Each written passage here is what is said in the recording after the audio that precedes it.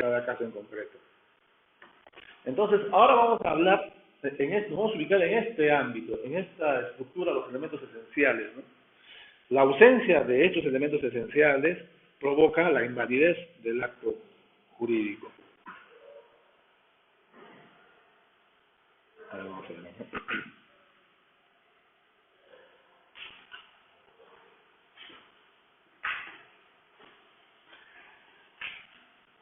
Invalidez del acto jurídico. La palabra invalidez es el género. Un acto jurídico puede ser, acá no estamos con pizarra, es el género. Las especies son la nulidad y la anulabilidad. ¿Sabes cómo pongo acá? Invalidez del acto jurídico, género, especie, nulidad y anulabilidad. Vamos a hablar primero de la nulidad. La nulidad es una sanción. Así como en materia penal, cuando alguien comete un delito, lo llevan acá al CRAS, al Centro Penal del Pocoyay. Entonces, en el ámbito del derecho civil, pues no hay una sanción de esa naturaleza, ¿no? Cuando uno celebra un acto jurídico con algún defecto. La máxima sanción que se dicta por una sentencia en materia civil es la declaración de nulidad de la compraventa, esto es, la nulidad del acto jurídico. O sea, en ese sentido, la nulidad es una sanción. Y esto conlleva, vuelvo a insistir, a la aplicación de los efectos del acto jurídico que corresponden. Y se impone cuando el juez ordena, dispone esta nulidad. Ya lo hemos dicho, ¿no? Cuando el acto jurídico tiene algún problema en cuanto a sus elementos esenciales. O también podría ser cuando, no obstante que los elementos esenciales del acto jurídico están perfectamente configurados, el contenido del acto jurídico atenta contra la moral y las buenas costumbres. ¿Cuáles son las características? Lo primero, se dice que el acto jurídico es nulo de pleno derecho. ¿Cómo se entiende esto?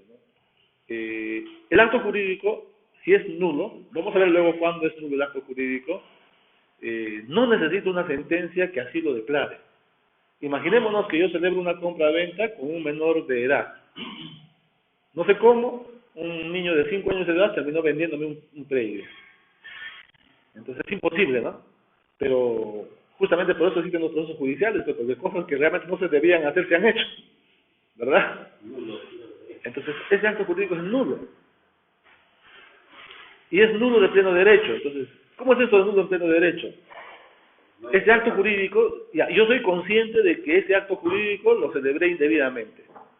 Entonces, ¿cuál es mi razonamiento? Bueno, pues efectivamente, ese niño no podía vender, tenía que haber intervenido su padre. Es más, ni siquiera su padre, no era suficiente su padre, tendría también que haber tenido una autorización judicial. Entonces, no hay de eso, nada. Entonces, ese acto jurídico es nulo, obviamente. Entonces, lo que yo voy a hacer es, es nulo, como el código dice que es nulo de pleno derecho, ya pues, no pretendo hacer valer esa compraventa. Entonces voy y le digo al padre o al niño, oye, mira, tu hijo me ha vendido, no sé cómo, hay toda una historia de por medio, pero me ha vendido este predio. Ya, toma las llaves y que me devuelva los $10,000 que le da. Y se acabó. ¿Por qué? Porque es nulo de pleno derecho. ¿Qué pasaría si me dice este señor? No, me dice, no tengo por qué devolverte nada.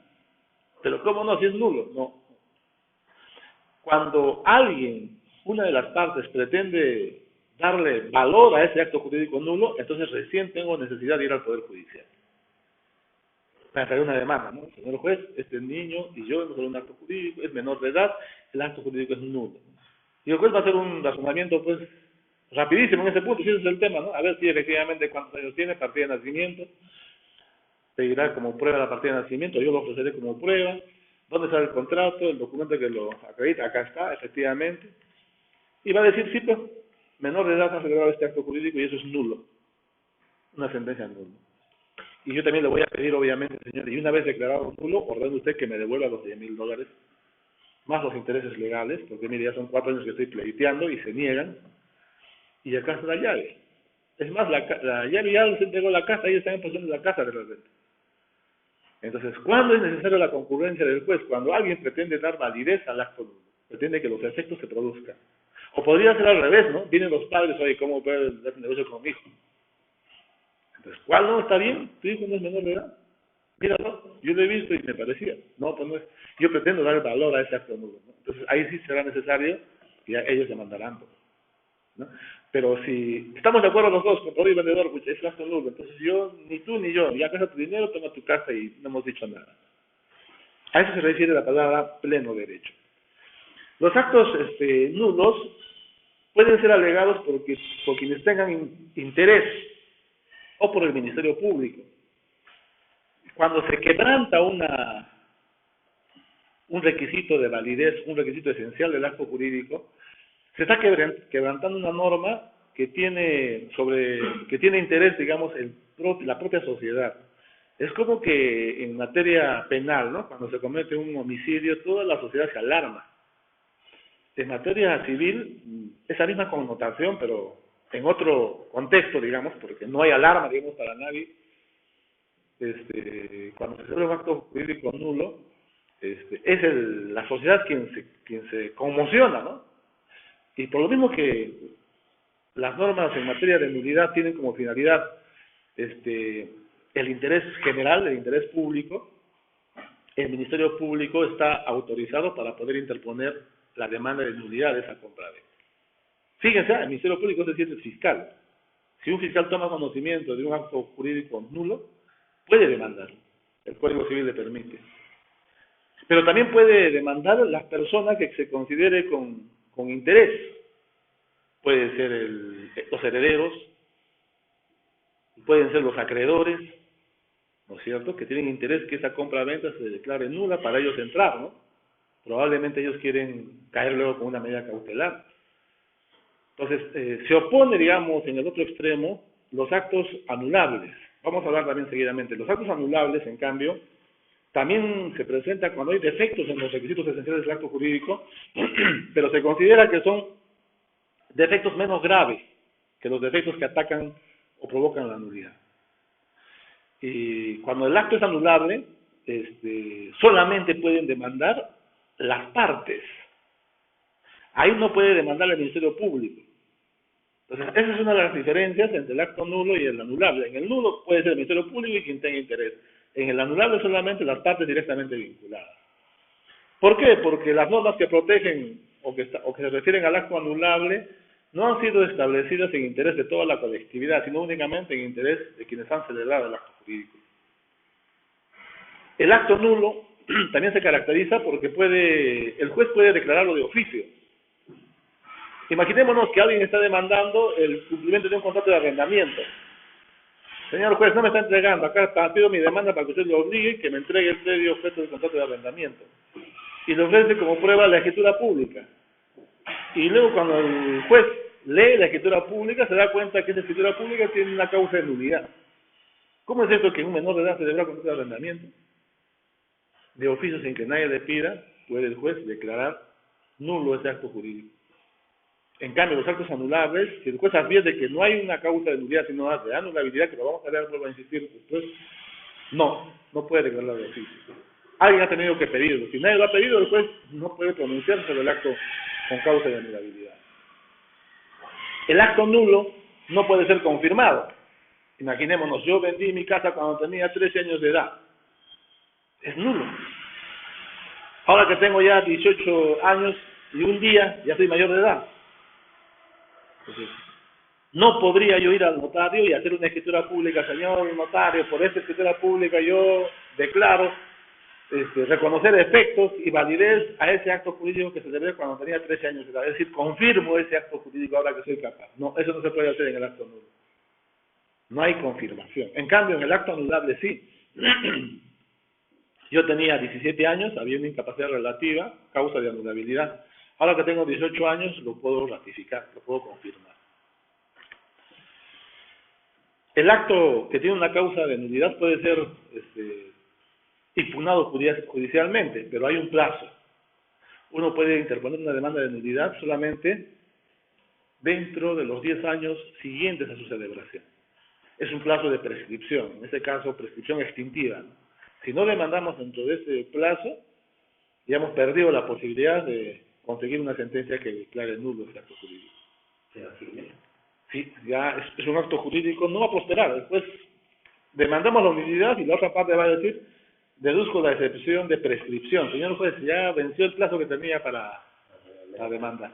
Pero después va a decir, si fundada la excepción, el acto jurídico, si ya estamos en posesión, ya pues no hay una sentencia que declare que es nulo, yo sigo en posesión. O sea, los actos jurídicos van a seguir teniendo efecto. En cambio, el acto anulable prescribe en un plazo más corto, a los 2 años. ¿Qué causas provocan la nulidad de un acto jurídico? Estamos en el rubro de los elementos esenciales. Falta de manifestación de voluntad. Recuerden que cuando hablábamos del acto jurídico decíamos que el acto jurídico es básicamente una manifestación de voluntad. O sea, el acto jurídico tiene 2 elementos. Una voluntad y una exteriorización de esa voluntad. La voluntad es un elemento interno. Entonces, ese elemento interno tiene que darse a conocer a la contraparte o al mundo exterior. Entonces, cuando mi voluntad interna la exteriorizo, entonces podemos hablar de un acto jurídico. Esa voluntad interna tiene que formarse con ciertas características, con ciertos requisitos. Para que el acto jurídico surta efectos es necesario que la voluntad se haya celebrado con discernimiento, con intencionalidad y con libertad. Obviamente, imaginémonos una persona que está afectada a su capacidad cognitiva, no tiene discernimiento. El discernimiento básicamente es la aptitud de poder diferenciar lo bueno de lo malo, así en términos genéricos, ¿no? Oye, ¿tú cómo vas a estar en invierno a la 1 de la madrugada caminando desnudo por la vía pública con tanta humedad? Entonces, porque eso te puede provocar pues un resfrío, una bronquitis o una neumonía y ahí te quedas, ¿no? Pero si una persona hace eso, lo que está pasando es que no tiene conciencia de lo bueno y lo malo para sí mismo, para su salud. Es una persona sin discernimiento. Entonces, esa persona no puede celebrar un acto jurídico. O también, sin intención. Yo no quiero vender, pero me están apuntando con una pistola, pues, que firme, dice. ¿No? Entonces, y firmo. ¿No? Entonces, había un problema con mi intencionalidad sumado a la libertad. No había libertad para expresar lo que yo quiero, ¿no? Eso también provoca la invalidez del acto jurídico. No provoca la nulidad, sino la anulabilidad, como vamos a ver seguidamente. Pero aquí, el acto jurídico, en cuanto a la manifestación de voluntad, debe haberse formado con esas características, con discernimiento, intencionalidad y voluntad. Esta manifestación de voluntad puede ser expresa y puede ser tácita. Es expresa cuando la voluntad se da a conocer de manera directa, inequívoca. Algunos confunden la manifestación expresa con la manifestación escrita u oral.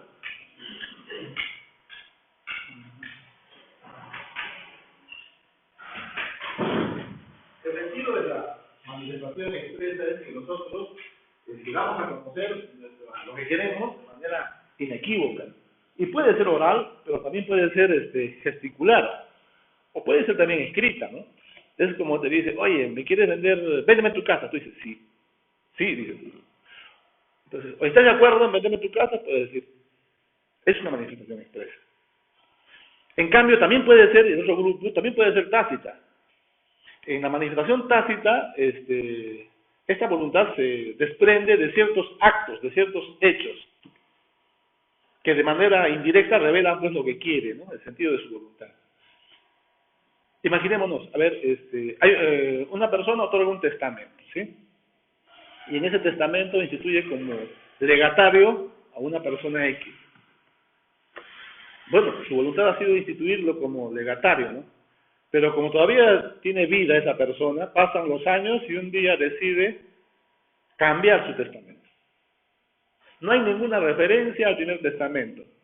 Resulta que en el Nuevo Testamento ahora instituye como legatario y herederos a otras personas. Excluye, no hay ninguna referencia a la persona que se hizo referencia en el testamento inicial. Entonces, ¿qué tenemos que deducir de eso? Que simplemente el testador ha manifestado su voluntad ¿no es cierto? Dejando de lado el primer acto jurídico. Y se puede pues hacer eso, ¿no? Con el testamento. Uno puede variar una y muchas veces. Entonces, ¿qué estamos viendo ahí? Estamos viendo de que se ha dado a conocer, pero de una manera indirecta. Así es. Ahora, la otra pregunta, ¿y el silencio es manifestación de voluntad? Mucho se habla a veces en el ámbito jurídico penal, dicen, no, quien calla otorga, dicen. No, en el ámbito del derecho civil el silencio no es manifestación de voluntad, porque se opone al concepto, ¿no? Hemos dicho que el acto jurídico es la manifestación de voluntad. Si ese es el acto jurídico, ¿cómo va a ser voluntad del silencio? No es manifestación de voluntad, salvo, puede haber excepciones, que la ley así lo haya señalado expresamente, o ese haya sido el pacto entre los contratantes. A ver, ejemplo, te doy mi casa en arrendamiento. Ya, ¿cuánto tiempo? Plazo ponemos, 1 año, ya, 1 año. Es un plazo resolutorio, ¿no? Porque ahí va a acabar. Y señalamos una cláusula, decimos, ya, si al vencimiento del plazo una de las partes comunica a la otra su voluntad de continuar en el arrendamiento por 8 años más, le mandará una comunicación dentro de las 24 horas del día del vencimiento. La contraparte debe responder también en el caso de un día. En caso que no responda, se entiende que está aceptando la prórroga del contrato de arrendamiento. Ahí sí, pero ¿por qué razón? Porque así lo hemos pactado. O también podría ocurrir que eso ocurra o eso se disponga en una norma específica, ¿no? Entonces, pero si no estamos en ese ámbito de las excepciones, la regla es que el silencio no conlleva manifestación de voluntad.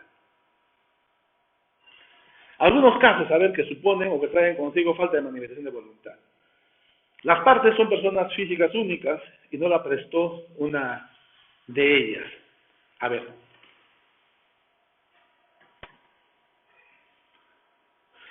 Imaginémonos, marido y mujer, ¿no?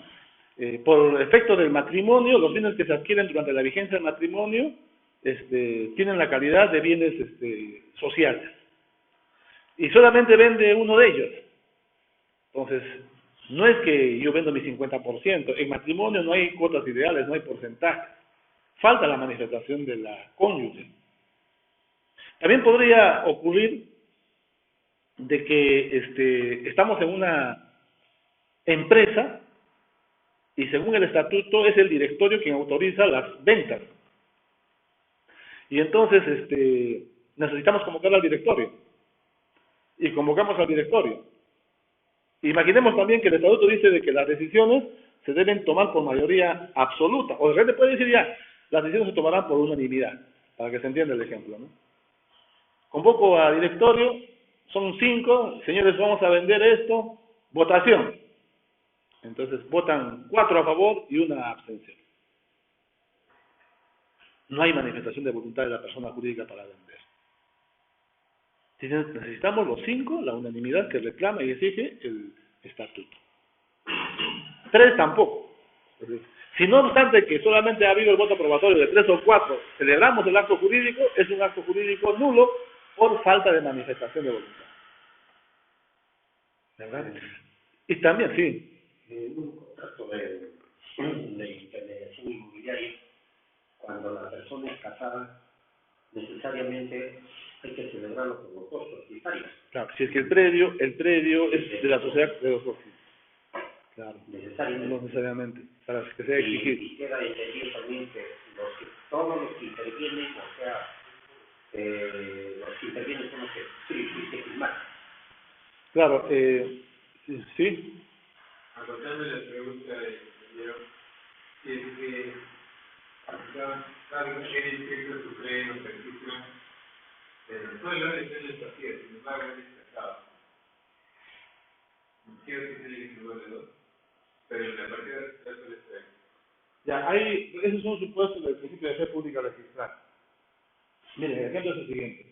El propietario número 1 vende a B y B vende a C. Resulta de que el propietario número 1 A era casado, ¿verdad? Para que pueda vender tenía que haber, y el bien era de la sociedad conyugal, tenía que haber firmado marido y mujer. Pero esa venta a favor de B solamente la ha firmado el marido. Y esa compra-venta se inscribió en el registro. No sabemos cómo ni por qué, pero se inscribió. Debían haber verificado ahí de que era necesario que aparezca una. O podría ser que en registros públicos apareciera como consejo, pero en la vida real era contrario. Pero vende a B. B pasa un tiempo y lo vende a C. Aparecen los herederos de A, ya haya fallecido, plantean una demanda de la realidad de la compra-venta. Señor, esta renta lo ha hecho nuestro abuelo, nuestro padre, solo, y él era casado. Señor juez, ¿de qué lo tiene? Y dice el juez, efectivamente, ¿no? La compra-venta se ha celebrado, este señor era casado, en su DNI figuraba soltero, pero la verdad es que era casado, no de la compra-venta, porque no puede vender, pues eso. La pregunta es, ¿qué pasa con C? C compró a D, ¿no? ¿Se perjudica o no se perjudica a C? De eso habíamos hablado en fe pública registral. ¿Qué hemos dicho en fe pública registral? Depende. ¿De qué depende? Si C actúa o no actúa con los requisitos de la fe pública registral. ¿Cuáles son los requisitos? Ya primero ya es una condición lineal, ¿no es cierto? Es un tercero registral, porque se inscribió. En la partida registral no había ninguna anotación de demanda. Él no conocía antes a los vendedores ni a la esposa, a lo mejor no los conocía nunca. Es más, él llegó solamente para hacer la compra del INE, no era vecino, no era compadre. Entonces, desconocía ese problema del casado y que era soltero, que era casado en realidad. Entonces, ¿qué va a decir el señor juez? A mí no me afecta esa nulidad de la compra-venta número 1, porque yo soy un tercero registral que actuó bajo el ámbito de la red pública. No lo perjudica. El juez va a decir nula la compra-venta número 1, pero C sigue como propietario. Entonces, permanece. Ahora, el otro es lo siguiente. ¿Qué pasaría, por ejemplo, si yo voy a registros públicos? Eso vamos a hablar en la siguiente sección. No sé si ahora vamos a llegar a terminar la última, que es el tema penal. Pero el tema penal son 2 o 3 artículos. Yo lo que quiero tratar es un poco de la falsedad documentaria y la suplantación de identidad, ¿no? La ley 33, que es muy importante, ¿no? Pero les adelanto un poquito. ¿Qué pasa, por ejemplo, si esa persona A, ¿no es cierto?, nunca fue al notario? Nunca fue al notario, ¿eh? Le falsificaron la escritura pública o se trataron la identidad. Y presentaron a registros públicos. Ese falso A le vendió a B y se inscribió. Y luego, al día siguiente o a las horas, este B le vende a C. Luego aparecen los herederos, o el propio A, se despierta y dice, señor, me han suplantado. Tiene la nulidad de esta compra-venta número 1, donde ha sido suplantado. La pregunta es, declarada nula esta compra-venta número 1, ¿qué pasa con C? ¿Quiere su derecho o no quiere su derecho? Y también una vez más, depende. Si actúa bajo la protección de la fe pública registral, con los requisitos de esa fe pública registral permanecen. Es lo que hacía el juez Orellana, ¿no? Que aprovechaba de ese círculo de la fe pública registral, ¿no? Él armaba todo el quilombo, como dicen los argentinos, ¿no? Aparecía A que vendía a B, pero ese A era un suplantador, o la escritura pública fue hecha en un de estos tipo Gamarra, o tipo, perdón, Azángaro, que hay en Lima y acá por San Martín, falsificar lo que pensamos. ¿Qué ha pasado? Dio la nulidad. Y si se demuestra de que actuó bajo la fe pública registral, tampoco le va a afectar. Es lo que hacía, como digo, Orellana. Bueno, pues vayamos acá al contrato de intermediación mobiliaria. A ver. Me dice, había un problema. Ustedes, yo creo, no podrían hacer una intermediación perfecta si es que solamente ustedes interactúan con el cónyuge, ¿no? Es como que estarían ofreciendo la venta de un bien donde los propietarios no les han formalmente solicitado, porque acá el propietario no es uno solo, el propietario es una sociedad conyugal. ¿No? Podría hasta inclusive haber un problema, una queja contra ustedes como agentes inmobiliarios porque aparece la esposa diciendo, ¿por qué estás vendiendo mi casa si yo nunca le he autorizado? Pero ha venido mi marido, pero no ves en la partida registral que esto es un miembro de la sociedad conyugal. Es más, yo con mi marido estamos separados. Este es un tal por cual, puede haber un problema. Entonces, como dice su compañero, ¿no? Entonces en la intermediación hay que tener cuidado, ¿no? Si es una sociedad conyugal, es que sí que comparezcan los dos. En el caso en el que tú estaba una de las partes en el partido. ¿Perdón? En el caso que le planteé de que es un matrimonio, pero en la sociedad actualmente está en esfuerzo. Bueno, lo que hemos dicho también en Fe Pública, cuando hablamos del tema registral, ¿no? Rige el principio puede publicidad y legitimación registral, ¿no? Si usted va a registros públicos y ve que ahí el propietario es Juan y dice que es soltero, usted tiene que creer que es Juan y efectivamente es soltero, ¿no? Usted está actuando ahí bajo la publicidad registral.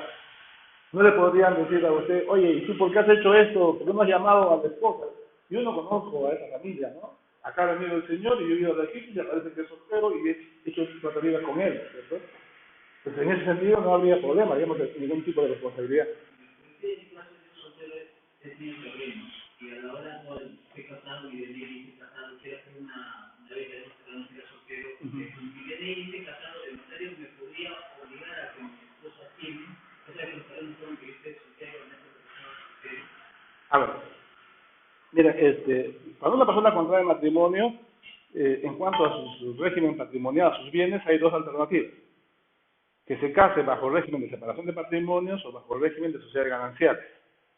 Ya, ¿qué significa esto? De que, oye, ¿nos vamos a casar? Sí, nos vamos a casar. Ya, pero tú le propones o ella propone. Dice, ¿sabes qué?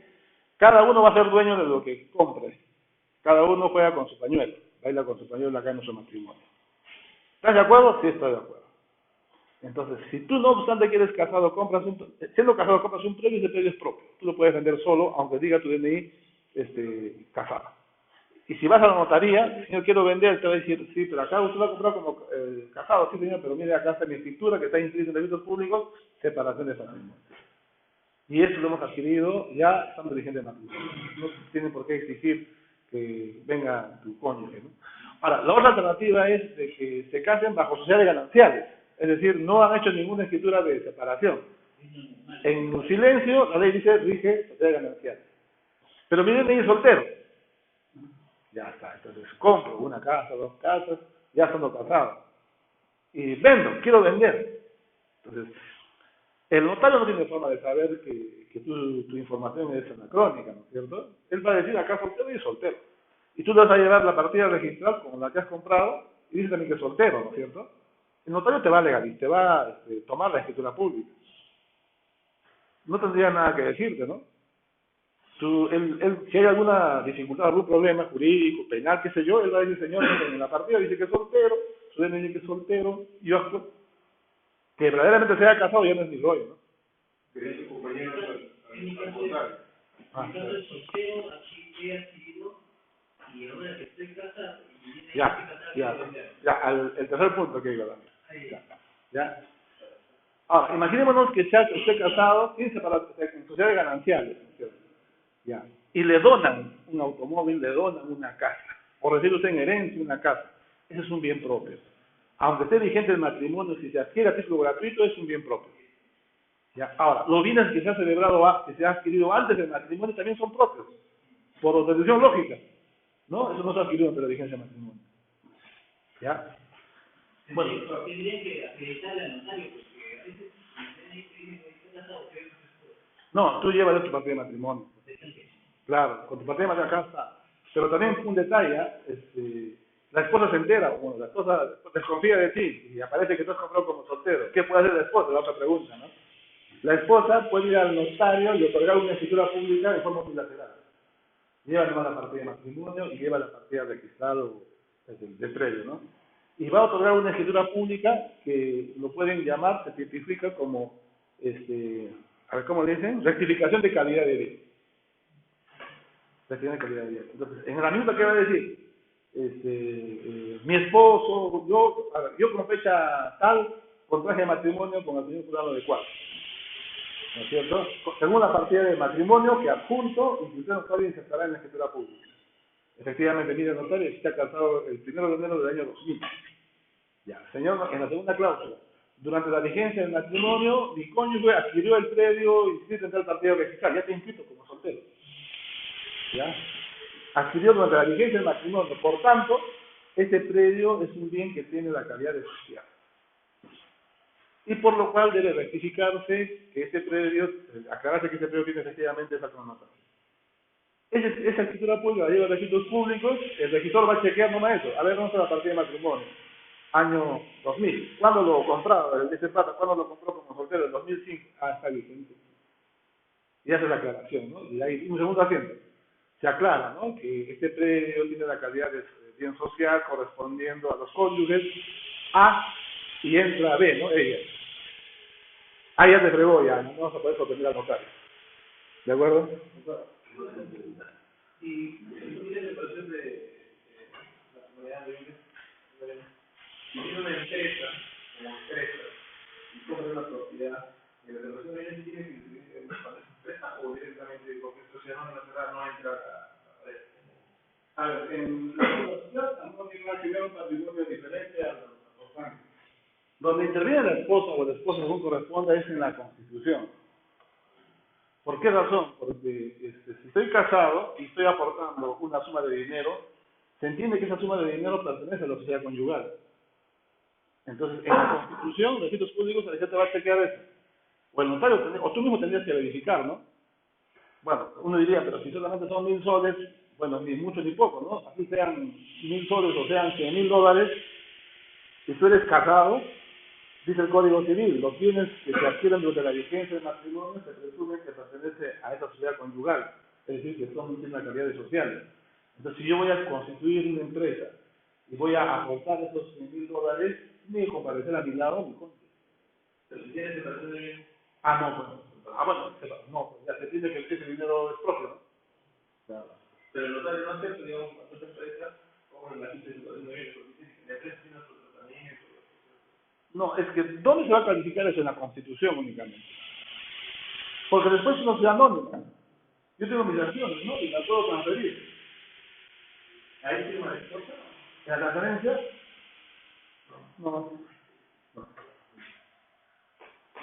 Bueno, entonces, ¿cuándo también podría haber falta de manifestación de voluntad? En las personas jurídicas, en el derecho público. No se cumple el procedimiento de formación de la voluntad. El Estado también es dueño, ¿no es cierto?, de bienes. Tiene bienes inmuebles, tiene bienes muebles. Y la pregunta es, ¿cómo vende el Estado? El Estado vende a través de un procedimiento administrativo. Está la ley de contrataciones del Estado, está la ley de bienes del Estado, y ahí señalan cuáles son los procedimientos administrativos.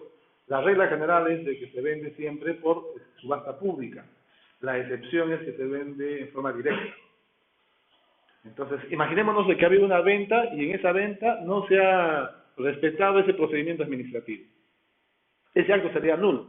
¿Por qué sería nulo? Por falta de manifestación. La voluntad de la institución no se ha configurado según el procedimiento preestablecido.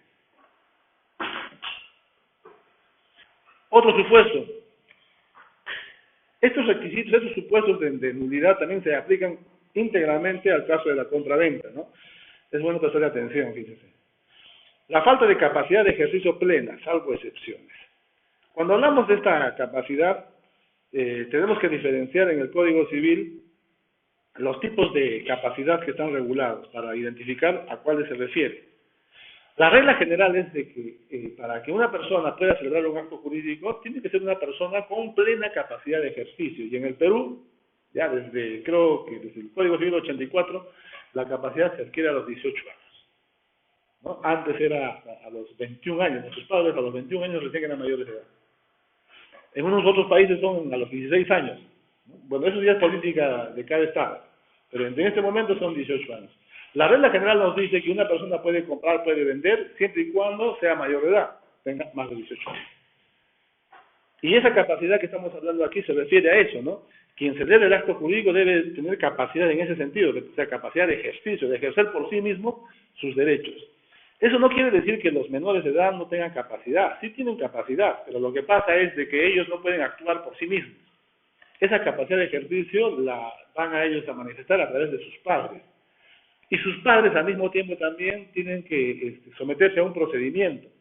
Si van a vender un bien de un menor, lo que el notario le va a pedir es la autorización judicial. Hay que hacer un pequeño juicio, un pequeño proceso judicial, donde después va a sacar una sentencia y te va a autorizar para que vendas ese patrimonio de tu menor hijo, ¿no? Entonces, esta capacidad se refiere a eso, a la aptitud para ejercer por sí mismos nuestros derechos. ¿Cuándo hay capacidad plena? El artículo 42 del Código Civil. De inicio, lo que hemos dicho, se adquiere cuando se tiene más de 18 años. También son capaces los incapaces, tienen capacidad de ejercicio los incapaces, los discapacitados. independientemente si requieren de ajustes razonables o de apoyos para la manifestación de voluntad. Esta referencia a los ajustes razonables y a los apoyos es una modificación que se ha hecho en el Código Civil hace poquísimo, ¿no? El año pasado se ha hecho esa modificación, si mal no recuerdo. Desde el 84 ahí no había ninguna modificación. ¿Y por qué se ha cambiado y por qué se ha introducido esas palabritas, ajustes razonables y apoyos? Estoy seguro que para muchos abogados les sonaría completamente extraños esta configuración de la capacidad en el Código Civil, porque esto no había. ¿A qué se refiere esa ajustes razonables y apoyos? Dice el Código Civil de que tienen capacidad, también los discapacitados tienen capacidad, independientemente si usan o requieren ajustes razonables o apoyos para la manifestación de voluntad. Ustedes recordarán a este físico que de los agujeros negros, que andaba en su silla de ruedas, que falleció, Stephen Hawking, ¿no? Él sufriría de arterosis crónica y degenerativa, ¿no? Entonces, ustedes lo veían ahí, pero sí, sin embargo, era una persona que tenía plena capacidad, tenía una inteligencia extraordinaria, ¿no? Lo equiparan, pues dicen que ha sido el Einstein de nuestra época. Entonces, él para poder trabajar en el ámbito intelectual, ¿qué necesitaba? Siempre se ve una foto, se le ve, dice, tenía una silla de ruedas, y con una especie de máquina computadora, y tenía unos sistemas de micrófonos, una especie de aparato y tecnología por el cual él podía transmitir su pensamiento. Entonces, esa maquinaria, esa tecnología, ese sintetizador, eso es un sistema de apoyo, un sistema de, ¿cómo dice el Código Civil?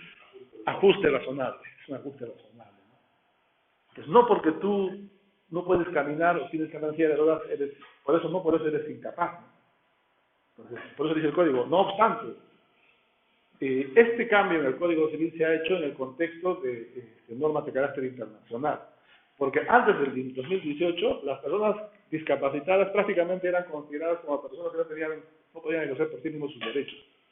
Y se llegaba muchas veces a situaciones de abusos. Y ni qué decir con los de la tercera edad, donde ahí habían problemas hasta familiares, ¿no? El hijo más pillo le hacía declarar interdicto al papá. Ella tiene ya 90 años, ya no piensa, señor juez, yo voy a ser su representante. Entonces, un drama, ¿no es cierto? Entonces, con esta modificación que se ha dicho, no, ellos no son incapaces para ejercer actos jurídicos. Dice, para ellos más bien se está implementando un sistema de apoyos y de, esta palabra que me olvido, y ajustes razonables. Entonces, el hecho que ellos necesiten eso para manifestar su voluntad no disminuye su capacidad para ejercer por sí mismos sus derechos. Ahora, esta norma inclusive tiene también connotaciones que se han irradiado al ámbito laboral, donde se obliga a las instituciones públicas y privadas a dar factibilidad, a hacer que su sistema de infraestructura se adecue para que estas personas tengan acceso en las mismas condiciones de todos nosotros. Por eso ustedes habrán visto últimamente, acá en la misma universidad se puede ver, ¿no?, los efectos de ese tipo de normatividad. Por todo lado hay rampas, ¿no? Entonces, si alguien necesita una silla de ruedas, ese es el camino para que pueda ingresar. Entonces, esta parte del Código Civil refleja esa perspectiva de la normatividad en materia de los discapacitados, ¿no? Porque antes de la modificación se decía que los ciegos sordos, los ciegomudos que no pueden manifestar su voluntad, son incapaces, ¿no? Entonces, ciegos sordos, ciegomudos que no pueden expresar su voluntad. Pero no es que no tenían voluntad, sí tenían voluntad, el problema era la transmisión de su voluntad. Ahora el Código dice, no, ellos también son capaces. No conocemos su voluntad, entonces veamos un mecanismo para que él manifieste, ¿no? O, lógicamente, ahí van a haber peritos, información, y si se logra demostrar de que esa persona tiene capacidad, y el único problema es su voluntad, tendrá que haber un mecanismo para que pueda ayudarle a expresar su voluntad.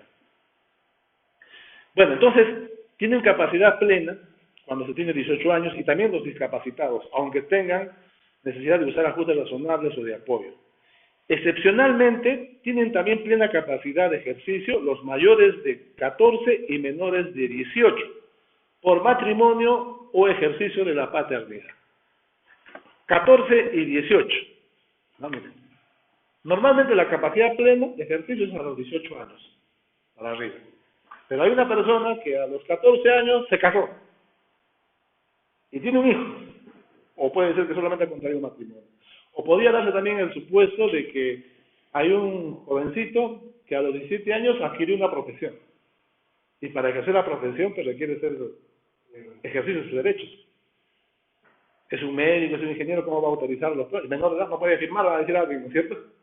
¿Sí? No, entonces ellos también tienen capacidad, sea por razón de matrimonio o ejercicio de la paternidad. Hay un segundo grupo de capacidad restringida que está en el artículo 44, ¿no? Los mayores de 16 años y menores de 18. Ellos tienen capacidad, pero una capacidad, digamos, incompleta. Los pródigos, los que incurren en mala gestión, los ebrios habituales, los toxicómanos, los que sufren pena que lleva anexo a la interdicción civil, las personas en estado de coma, siempre que no hubiera designado un apoyo con anterioridad. Esos tienen capacidad restringida. Los que tienen incapacidad absoluta son los menores de 16, salvo para los actos señalados por ley que ya hemos hablado hace un momento. Entonces, en este conjunto de reglas, ¿qué actos serían los actos jurídicos que, llegado el supuesto, serían afectados por una causa de invalidez? Si el acto jurídico, el requisito es que el acto jurídico sea celebrado por una persona de 18 o más años de edad. No importa que sean discapacitados y que necesiten estos ajustes o estos apoyos. Ahora, por razón de edad, estos señores o jóvenes que tienen entre 14 y 18, si han contraído matrimonio o son padres, también tienen capacidad de castigo. Eso se requiere para que el acto jurídico sea válido. Ahora, acá hay un punto de capacidad restringida. Los mayores de 16 y menores de 18, los pródigos, estos también tienen capacidad. Pero es una capacidad, digamos, mediatizada. Si estos señores celebran un acto jurídico, el acto jurídico no es nulo, el acto jurídico va a ser anulable. Lo vamos a ver después. Entonces, la nulidad se provoca cuando una persona celebra un acto jurídico y tiene menos de 18 años de edad sin estar en esta excepción, 14 y 18. Incapacidad absoluta. Los menores de 16 años, estamos en este mismo supuesto, salvo para los actos determinados por la ley.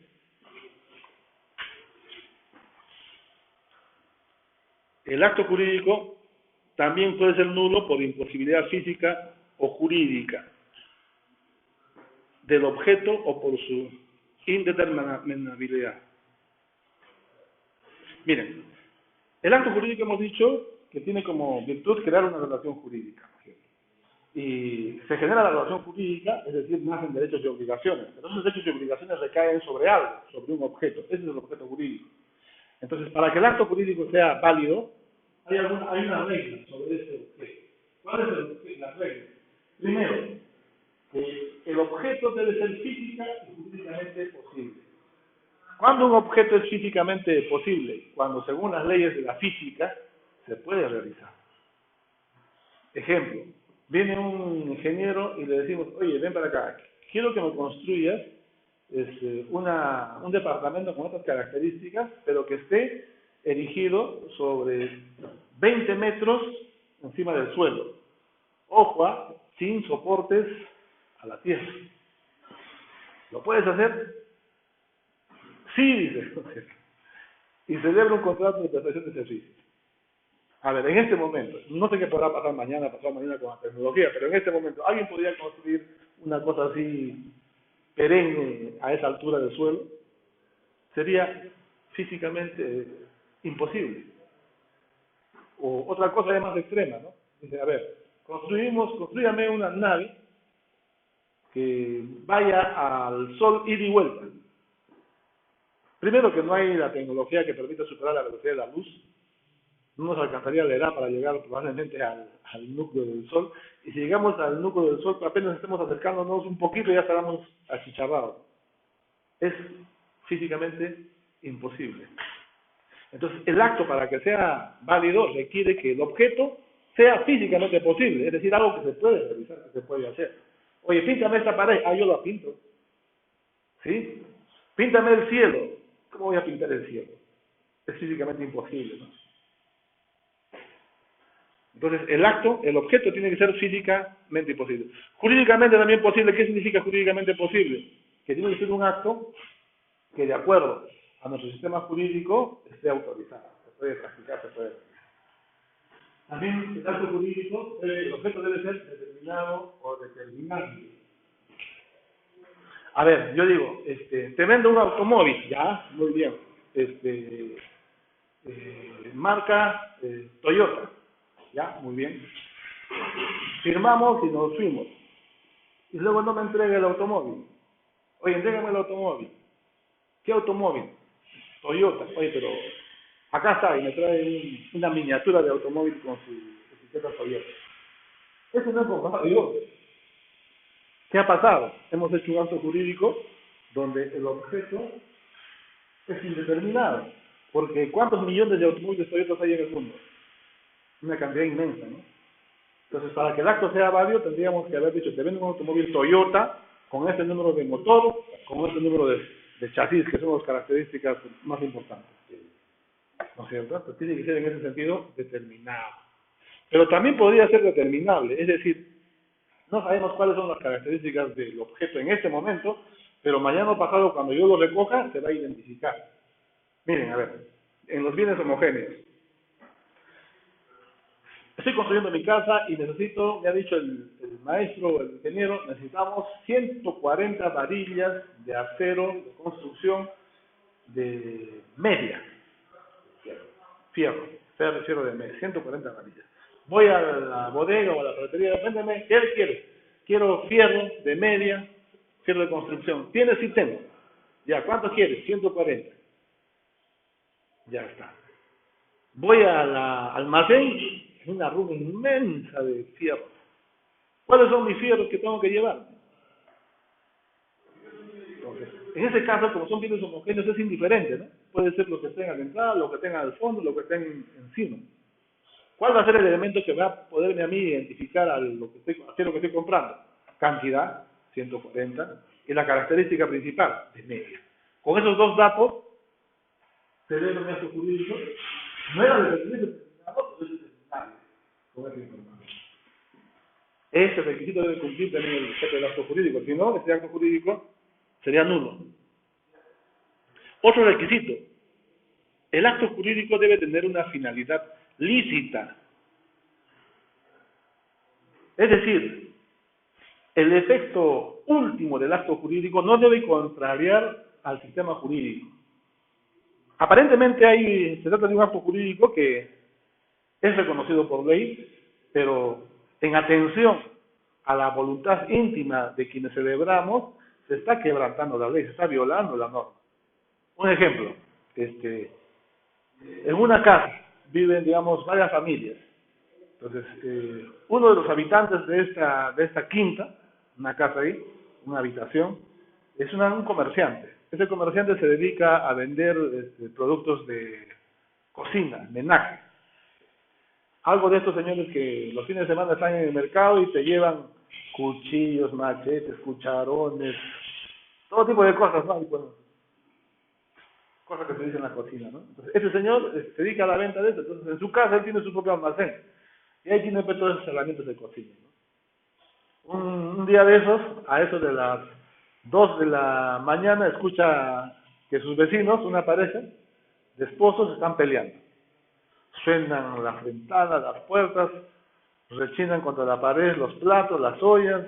De repente hay un golpe seco en el piso, en la pared, y en ese momento hay un pequeño silencio y escucha su puerta que le tocan bruscamente. Vecino, y se para este comerciante de ese tipo de cosas, abre la puerta y es el vecino de al lado justamente, ¿no? Donde está de ahí el problema. Y le dice, vecino, véndeme un machete, urgente. Un machete a estas horas, sí, a estas horas. Entonces, oye, le dice, pero eso cuesta mucho, y te pago lo que quieras, dice en ese momento. Y él se despierta los ojos, me va a pagar lo que quiera, me aprovecho de la ocasión. Ese machete que vendía a 50 soles, cuesta 200 soles, toma tus 200 y entrega los machetes. El vendedor dice, bueno, es un acto feliz, yo vendo machetes, ¿no es cierto? Es más, soy un comerciante que estoy registrado en el municipio, tengo mi puesto, tengo factura de mis machetes, de todos mis productos. ¿Qué estoy haciendo? Nada, me vendo tres machetes.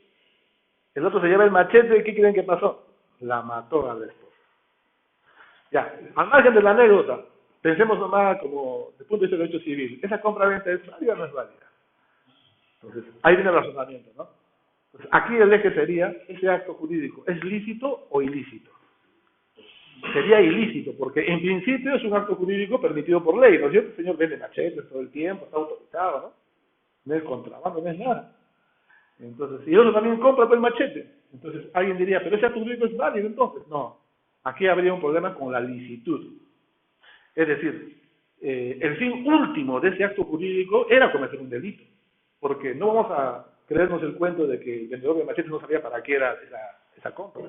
Él está escuchando, él está oyendo, su vecino escuchó todos los ruidos, ¿no? Sabía probablemente que con ese machete ese señor iba a agredir pues, a su esposa, que era su esposa, ¿no?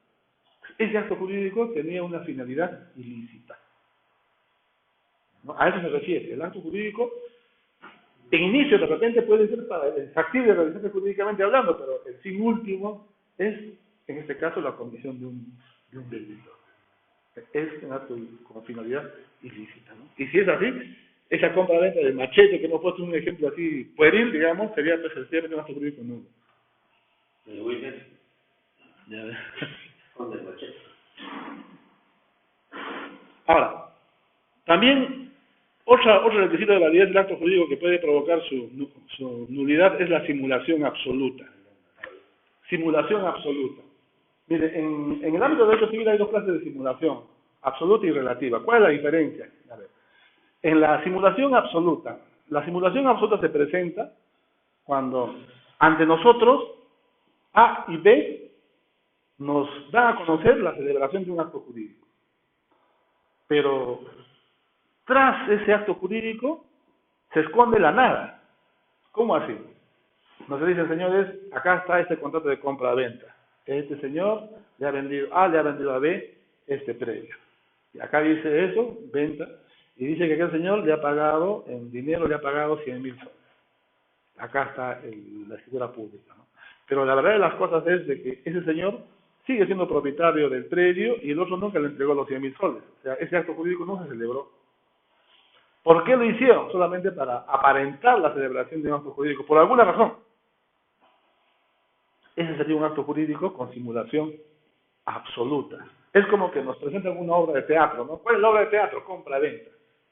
Comprador, vendedor, precio, la cosa, y nosotros somos testigos y espectadores. Están comprando, están vendiendo, ¿no es cierto?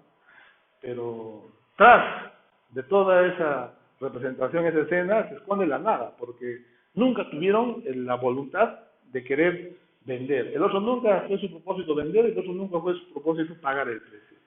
Ese es un acto jurídico con simulación absoluta. Y si un acto jurídico se ha celebrado con esa simulación absoluta, es un acto jurídico nulo.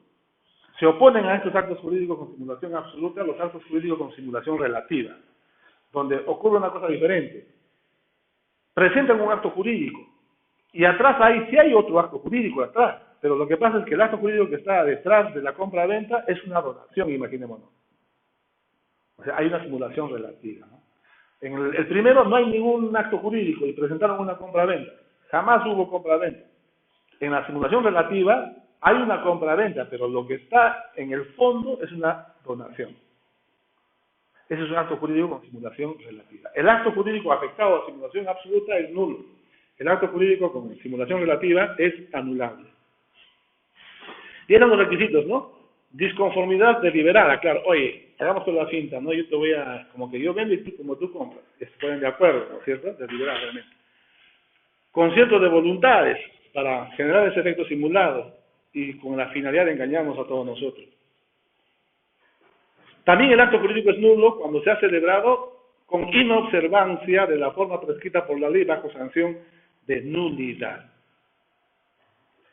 Ayer hablábamos de la clasificación de actos jurídicos y había una donde hablábamos de los actos jurídicos en cuanto a la forma, ¿no es cierto? Con forma ad probationem y con forma ad solemnitatem. Entonces, lo que ocurre es de que para cierto tipo de actos, nuestro Código Civil exige una formalidad. No necesariamente escritura pública. Muchas veces dice, este tipo de actos jurídicos o contratos deben constar por escrito. bajo sanción de nulidad. Otras veces dice, este acto jurídico debe constar por escritura pública, bajo sanción de nulidad. Esto quiere decir que si nosotros celebramos este tipo de actos jurídicos, por ejemplo, decía que era por escrito, y nunca dejamos ningún papel escrito, sino simplemente fue verbal. Toma, dame. Entonces, ese acto jurídico es nulo. ¿Por qué? Porque no hemos cumplido con ese requisito de la forma prescrita por la ley. ¿No? Igual, si dice por escritura pública, por ejemplo, en escritura pública, el poder para vender o disponer, lo vamos a ver seguidamente, debe constar, para vender o grabar, para disponer o grabar, debe constar por escritura pública. Ahí no sirve el poder por firma legalizada, dice por escritura pública. Yo digo un poder, ya no cabe duda que yo he dado el poder, es más, he puesto mis 10 dedos, mis 10 huellas digitales. Hay un video donde digo, te autorizo para que venda. O sea, no cabe duda que mi voluntad era darle poder para que venda a mi casa. Pero nos olvidamos pues de formalizar ese poder por escritura pública en el notario. Por el solo hecho de no haber acatado esa formalidad, ese acto jurídico que se celebró con ese poder es nulo. Porque no se ha cumplido con el que conste el poder por escritura pública. El código, ¿y de dónde viene esa nulidad? El Código Civil dice, el poder para disponer o grabar debe constar por la escritura pública. Para disponer o grabar solamente, ¿eh? O sea, para otros actos, puede ser por carta, hasta puede ser verbal. El plazo, si lo he hecho, ¿qué plazo tiene para No hay plazo para escribir los poderes. Uno puede escribir en cualquier momento. Ahorita hay una lámina sobre los poderes. Sí, sé que eso para ustedes les interesa tener clarito. Sí. Vamos a ver, no queremos adelantarnos, ahí está. Viene en la tercera lámina está. Miren, entonces, dice que hay ciertos actos donde el poder tiene que cumplir una formalidad. El acto tiene una formalidad, ¿no? Por ejemplo, también el poder para contraer matrimonio.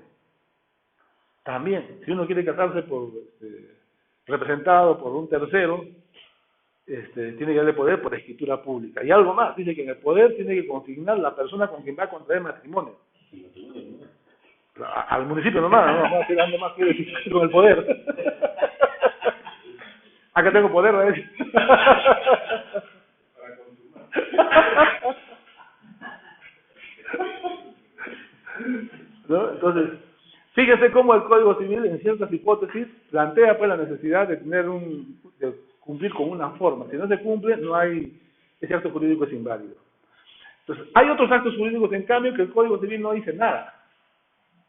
Entonces, ahí no se requiere ninguna formalidad. La compra-venta, por ejemplo, ¿no? La compra-venta no requiere ninguna formalidad en el código. Van a buscar ustedes por todos lados y se van a dar cuenta que cuando se habla de compra-venta no aparece que debe ser por escritura pública. Entonces, por eso que podemos ser propietarios con una minuta. A inscribir es otra cosa.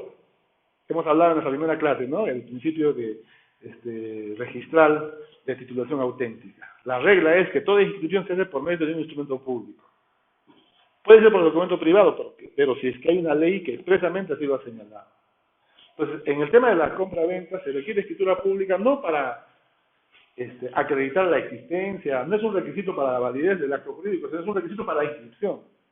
Lógicamente, el registro no va a actuar con documentos apócrifos, va a actuar siempre sobre la base de documentos que ya han tenido un filtro, en este caso con la intervención de un notario. El notario da fe de que los ha escuchado, a los comprador y vendedor, los ha examinado. Entonces, ese documento merece fe notarial en este caso, ¿no? Y por eso que eso sirve para inscribir. Y si me presentas una minuta, no, pues te van a tachar automáticamente, ¿no? No cumple con el requisito para la inscripción. Pero ante terceros, sí tú te puedes servir, pero no será una propiedad inscrita, ¿no? Será una propiedad no inscrita. Entonces, si el acto jurídico se celebra sin esa formalidad, sin haberse cumplido con esa formalidad, el acto jurídico es nulo. Ahí les he señalado algunos supuestos. El 156 es de poder para matrimonio, en el caso de la donación, todos esos artículos hay supuestos donde se exige la observancia de la forma prescrita por la ley. También hay casos donde es la ley quien declara la nulidad. Es como que el código dice, el acto jurídico para que sea válido en el caso de la hipoteca. ¿Qué dice la hipoteca? Dice, requisitos de la hipoteca, que lo constituya el propietario y al mismo tiempo que conste por escritura pública bajo sanción de nulidad. Entonces, hay supuestos donde la ley directamente dice, tú tienes que celebrar este acto jurídico de esta manera, y si no, este contrato es nulo. A eso se refiere esta causa, los supuestos donde hay declaración expresa de la ley. Pero también los actos jurídicos pueden ser nulos cuando colisionan con el orden público y las buenas costumbres. No hay ninguna norma que prohíbe ese acto jurídico, pero al celebrar el acto jurídico se está atentando contra otro tipo de valores, digamos unos valores supremos, el orden público o las buenas costumbres. Esto ya será materia de una sentencia donde el juez sea quien dilucide si ese acto jurídico se celebró o no, atentando contra las reglas que gobiernan el orden público y las buenas costumbres, ¿no? Porque ese concepto de buena costumbre, como ayer hablábamos, varía con el tiempo. Es un concepto plástico. No hay una norma que diga, en este momento, esto es una mala costumbre, ¿no? De repente, al subir al carro, dicen que una buena costumbre es que le cedan el asiento a las damas. Pero de repente, en determinadas circunstancias, más bien eso puede ser perjudicial para tu salud, ¿no? Entonces, no necesariamente es una buena costumbre, ¿no? Como el chiste de Condorito, ¿no? Sube ahí doña Tremebunda al bus y nadie le cede el asiento. Entonces la señora Tremebunda dice, ¿cómo? ¿En este bus no hay caballeros? Y Condorito dice, caballeros sí hay, lo que no hay son asientos. Dice.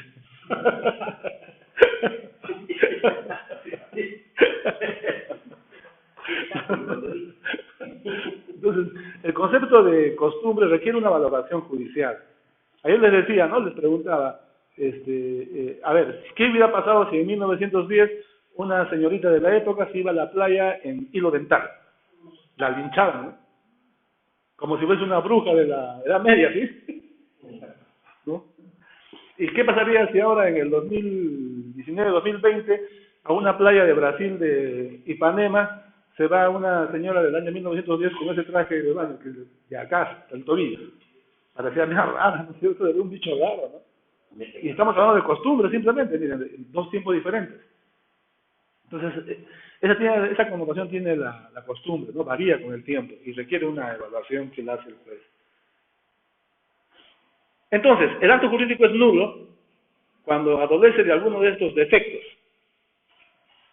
Cuando hay una falta de manifestación de voluntad, cuando no hay capacidad de ejercicio entre quienes lo otorgaron, cuando hay imposibilidad físico-jurídica del objeto o el objeto es indeterminado, cuando la finalidad perseguida con el acto jurídico es ilícito, cuando hay simulación absoluta, hay una compra-venta, pero nunca compraron ni vendieron nada porque uno sigue siendo el dueño del dinero y el otro de la casa. Cuando no se ha celebrado bajo la forma prevista por la ley bajo sanción de nulidad. Llevaron un poder para vender, pero ese poder era con firma legalizada simplemente, y era para vender. Tenía que constar por escritura pública. O es un acto jurídico que se ha celebrado con un defecto, que el código ha dicho que en esos supuestos es nulo, o es un acto jurídico que atenta contra el orden y la buena costumbre. Pero hemos dicho también que el acto jurídico puede ser anulable. Hemos adelantado también de que, al igual que la nulidad, también es una sanción, pero es una sanción, digamos, menos grave. Dentro de la escala de sanciones civiles, la nulidad está a la cabeza, ¿no? Entonces, la anulabilidad también es una sanción, también se priva de efectos legales, ¿no? Pero aquí los requisitos del acto jurídico sí han estado presentes, pero con algún defecto. En nosotros es como que los requisitos esenciales han estado simplemente ausentes. En cambio, en la anulabilidad sí están, pero en forma viciada. Características. El acto jurídico es válido y eficaz en tanto no se declare su anulabilidad. A diferencia de la nulidad que es de pleno derecho, ¿no? Habíamos explicado eso en el acto jurídico nulo. Aquí sí se requiere siempre una sentencia que la declare sin valor por causa de anulabilidad. Solo puede ser alegada por quienes están legitimados para accionar. En el acto jurídico nulo, dijimos, pueden pedir la nulidad del Ministerio Público y cualquiera. En cambio, en este causa de anulabilidad, solamente las personas legitimadas, comprador o vendedor o sus herederos. Otra característica, el acto anulable sí puede ser confirmado.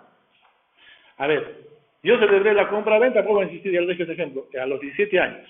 Es un acto jurídico viciado, ¿no? Pero como es una causa, no es causa de nulidad, la causa de nulidad es menos de 16, yo tenía 17. Ese acto sí lo puedo convalidar. Al año siguiente cumplo 18, esa compra-venta que hice cuando tenía 17, ahora la reconozco, la estoy confirmando. Los actos anulables solamente se pueden demandar judicialmente la declaración correspondiente en un plazo de 2 años desde que se celebraron, porque si pasaron los 2 años ya prescribe la acción. ¿Y qué causas provocan la anulabilidad? La incapacidad relativa. Vale lo que hemos dicho cuando hemos hablado de incapacidad absoluta. El vicio resultante del error, dolo, violencia o intimidación. Miren, hemos dicho que el acto jurídico es manifestación de voluntad, ¿sí? La manifestación es algo interno, la voluntad es algo interno y la manifestación es la exteriorización de esa voluntad. Entonces, aquí estamos hablando de la formación de la voluntad. Para que un acto jurídico sea válido, esa voluntad tiene que formarse con discernimiento, con intencionalidad y con libertad. Si nosotros celebramos una compra-venta, una donación, todavía en la notaría, por escritura pública, pero lo estamos haciendo porque nos están amenazando con quitar la vida a un familiar nuestro, nuestra libertad está distorsionada. Pero siempre, bueno, ¿no? Una cláusula emocional de actitud. ¿Esa cláusula? Sí, trabajo, que se actúa siempre, Esa cláusula es ineficaz porque eso es como un formato, ¿no? ¿Qué pasaría si, por ejemplo, a usted lo están amenazando? Dice, oye, si tú no vas a la notaría, ¿cuál es la notaría en este momento? Te dicen. Porque ahí ya está la minuta donde tú me estás donando tu casa. ¿Y yo por qué voy a ir? Ah, sí, ¿por qué? Mira este videito. Tenemos a tu hijo. Y está, mira ahí, amenazado. Tú en ese momento, por las circunstancias, te das cuenta de que estas personas son capaces de matar. ¿Vas a firmar o no vas a firmar? Tú dices, no, ¿por qué voy a firmar? ¡Prum! Te hacen ver una oreja cortada. Tu impotencia no sería raro que te lleve a la notaría. ¿Y dónde está la minuta? Quiero firmar urgente. Y la firmas. El notario, ¿quieres vender? Sí quiero vender. Es más, tú quieres vender al toque. ¿O quieres donar? Sí quiero, la manera de tu voluntad. Oye, ¿estás bien? Sí, estoy bien. Pero el notario no sabe que tu voluntad está distorsionada. Le falta un elemento, libertad. No has manifestado tu voluntad con libertad. Es un acto jurídico nulo. Podrías tú probar esa afectación a tu libertad y con eso lograr que se declare nulo esa compraventa, ¿no? Entonces, aquí sí hay manifestación de voluntad. Lo que pasa es que una voluntad distorsionada, ¿no? Porque no hay libertad en ese caso. Hay una amenaza, ya distorsionó. Entonces, cuando el acto jurídico tiene un defecto en cuanto a la formación de la voluntad, es una causa de anulabilidad acá. Porque dice el error. ¿Cuáles son? El error. Error, dolo, violencia o intimidación. ¿Algún ejemplo con cada uno? El error. ¿Cuándo hay error? Yo soy experto, estoy conociendo joyas, acá tengo mis relojes, tengo mis aros, tengo mi cadena, ¿no? Soy experto, ¿no? Entonces viene un señor y me dice, oye, te vendo tú que conoces oro, mira, te vendo este par de aros de achote, te dice. ¿Cuánto pesa? Mira, uno pesa 30 gramos, saca tu cuenta. No sé cuándo estará, pero es algo así que tiran una multiplicación, que como son $2,000, se lo venden 200 soles. Tú que eres conocedor de oro, a ver, te pegas, chequeas, lo miras, lo examinas. Entonces, tú conoces bastante. Dices, este es oro. Ya, oye, sí, ya, pero no, 200 es mucho. ¿Cómo que no? Ya te doy 190. Ya, llévate. Tú juras que has hecho el negocio de tu vida, ¿no? Lo compras confiando en tus conocimientos. Compras y te vas a la vuelta donde tu pata es joyero y te mira, oye, ¿qué cosa es esta tontería? Esto cuesta un sol el par. Te tiraron 190 soles. Ese es un acto jurídico anulable. Tú has manifestado tu voluntad, pero tu voluntad la has manifestado con error. Es decir, tú no conocías la verdadera naturaleza del objeto de la compra-venta. Entonces, pero esa discordancia entre lo que compraste y lo que tú pensabas que estabas comprando no es imputable a un tercero, sino tú mismo te has autoengañado. O un día que vas por ahí y encuentras a un joven que está parado con sus guaquitos ahí. Oye, ¿esto cuánto cuesta? ¿Cuál es? Si eso cuesta 120. Y tú miras, yo soy arqueólogo también ahora. Uy, esto cuesta plata. Oye, te vendo, te compro. Ya te llevas si quieres. Y le pagas los 500 soles que te ha pedido, imaginémonos, ¿no? Creyendo que has hecho un gran descubrimiento. ¿No? Y al final eso no vale nada, ¿no? Arcilla, cuesta $1.50 con el molde. Entonces, había una manifestación de voluntad, pero has actuado con error. Esa es causa de anulabilidad del acto jurídico, ¿no? Tendrías que probarlo, lógicamente. Pero, ¿qué pasa cuando quien te induce a la equivocación es tu interlocutor? Viene un señor, oye, te vendo este anillo, mira, este es de oro. A ver, tú no sabes nada de oro. ¿Es oro? Sí es oro. Mira, acá está el certificado. El médico, aquel joyero de acá de oro fino, acá en la tienda, me ha dado un certificado. Acá está con su foto, estoy a su lado, mira para aquí. Oye, sí, ¿no? Y te arma todo un circo, bueno, y tú te convences de que un estafador, pues, ¿no? Te convences que es de oro, ¿no? Mira, esto cuesta $5,000, dame ahorita 500 soles. Y tú crees que has hecho el negocio de tu vida también, ¿no? Y lo compras, manifiestas tu voluntad, pero ya por dolo. Alguien te ha inducido a incurrir en esa equivocación, una falsa percepción de la realidad. Eso sería también causa de anulabilidad del acto jurídico. Pero también el acto jurídico puede haber sido celebrado con otro vicio, violencia o intimidación. Lo que he hablado, ¿no? Violencia o intimidación, ¿no? En el ejemplo que les he propuesto de que uno va y firma la donación porque lo tienen a nuestro hijo, ese sería un caso de intimidación. Hay una amenaza, ¿no? Y la violencia. Bueno, es bien difícil un ejemplo de violencia, porque los autores mismos se ponen ahí a especular, ¿no? ¿Cómo así yo podría firmar o dar mi voluntad con violencia? Se entiende que mi voluntad se exterioriza, bueno, para los actos trascendentales, por escritura pública, por escrito. ¿Cómo sería eso que me han agarrado mi mano y me han hecho dibujar? Bien difícil, ¿no? Eso que dice el Código Civil por violencia, ¿no? Pero el ejemplo sería algo así, ¿no? Como que a ti te han cogido tu mano y te han llevado para que firmes, ¿no? Yo creo que el más propio es el supuesto de intimidación donde hay una amenaza. ¿Sí? Pero ahí está en el Código Civil, dice con violencia física, y no sé cómo será eso, ¿no? O será que la idea es que te meten golpe y firmas. Pero al final eso también sería intimidación. Pero ahí está en el artículo del Código Civil. ¿Cuándo más? ¿Qué otra causal más existe de la simulación? Ya les hablaba, ¿no? Pero acá la simulación tiene que ser relativa. En la nulidad es absoluta. Hay una compra-venta, pero ese sigue siendo dueño y el otro sigue teniendo su dinero en el bolsillo. Nunca han comprado ni vendido nada. Simulación absoluta. En la relativa, nos han enseñado una escritura pública de compra-venta, pero la verdad es que el otro no pagó nada. Entonces es relativo.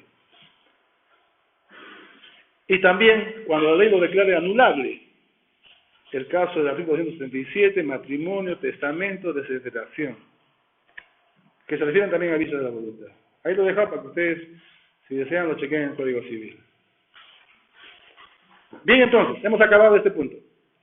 El acto jurídico puede ser inválido por dos grandes causas, por causas de nulidad y por causas de anulabilidad.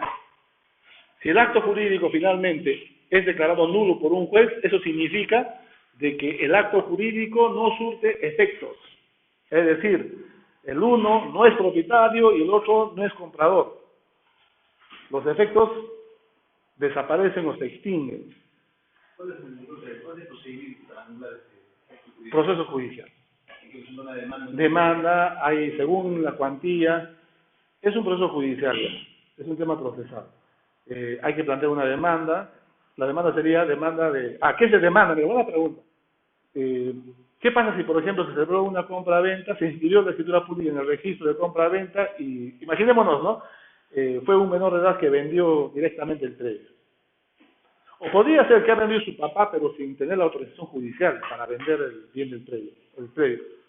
Entonces, yo tengo que pedir la nulidad judicialmente, ya. El otro quiere hacerse propietario con esa escritura, con esa causa de nulidad.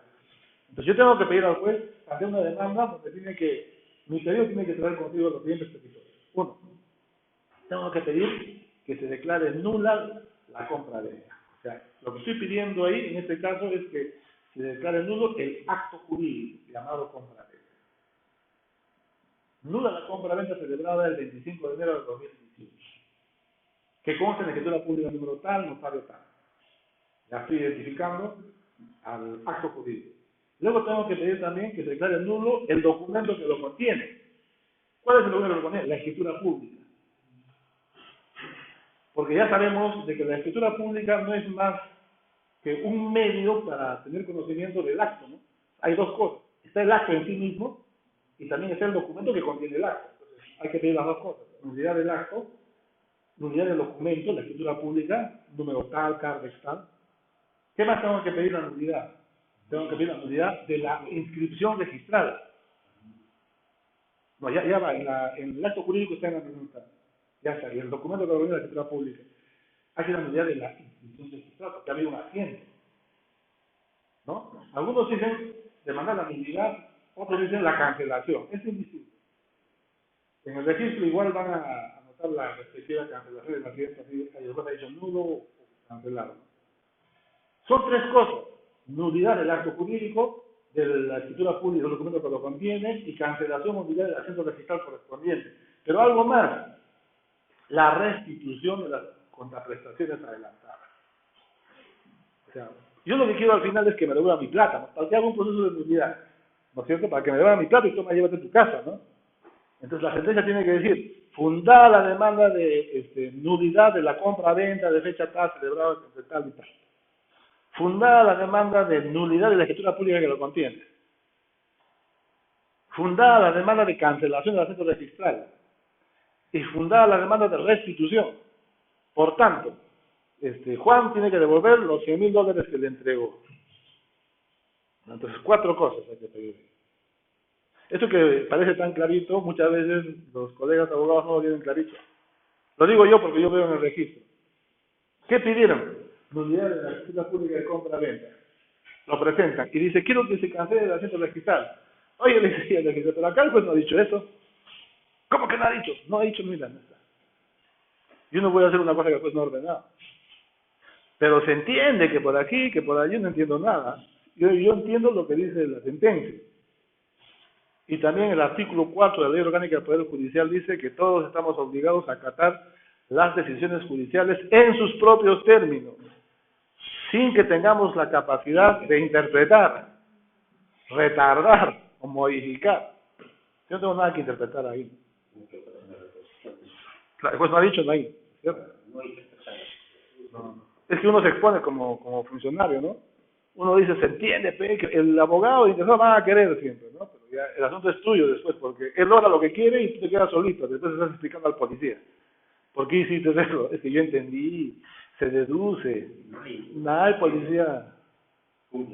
Sí, me ha pasado alguna vez.